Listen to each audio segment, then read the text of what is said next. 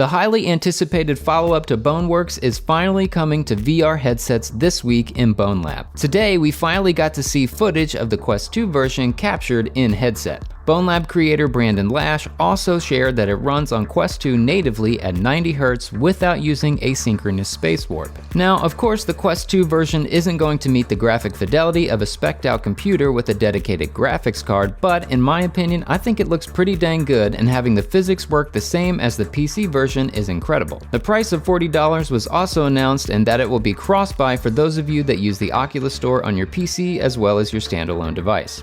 There are those on the internet that were hoping Bonelab would be free, but when you have to pay a whole team to create a game like this and then giving it away in hopes of using microtransactions to pay that all back just feels wrong to me. But hey, that's just my opinion. Let me know what you think in the comments. Oh, and by the way, Brandon did confirm there will be no microtransactions. From what has been posted in previews, the game seems to be leaning into a newer mechanic that hasn't really been used in VR games all that much or at all, where changing your avatar's body type actually changes the physics in the game and how you can defeat enemies or work through puzzling areas.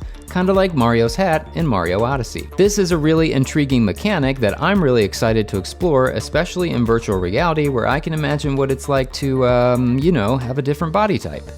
Yeah. Along with adding the ability for mods to change and create your own avatar types inside the game that now will be more than just skins, but will actually affect the gameplay physics. From what I've gathered, avatar attributes are pulled from silhouettes of the avatar. So naturally, if you have a massive upper body, your strength attributes will be higher so you can throw people around like Beanie Babies. While being a smaller avatar, you can move around with agility and speed. So now you'll finally know what it's like to be an anime girl. But with that, I do wonder how modding will be handled and if an ultimate maxed out character can be created.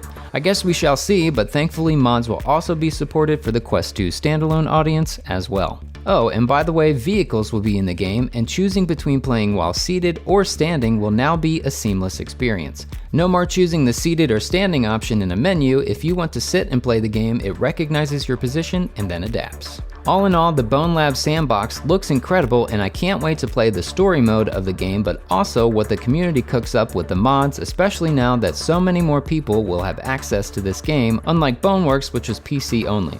Do you plan on picking up Bonelab? Where do you plan on playing it? Let me know in the comments below, and again, thank you so much for watching. I'll catch you in the next Quickie.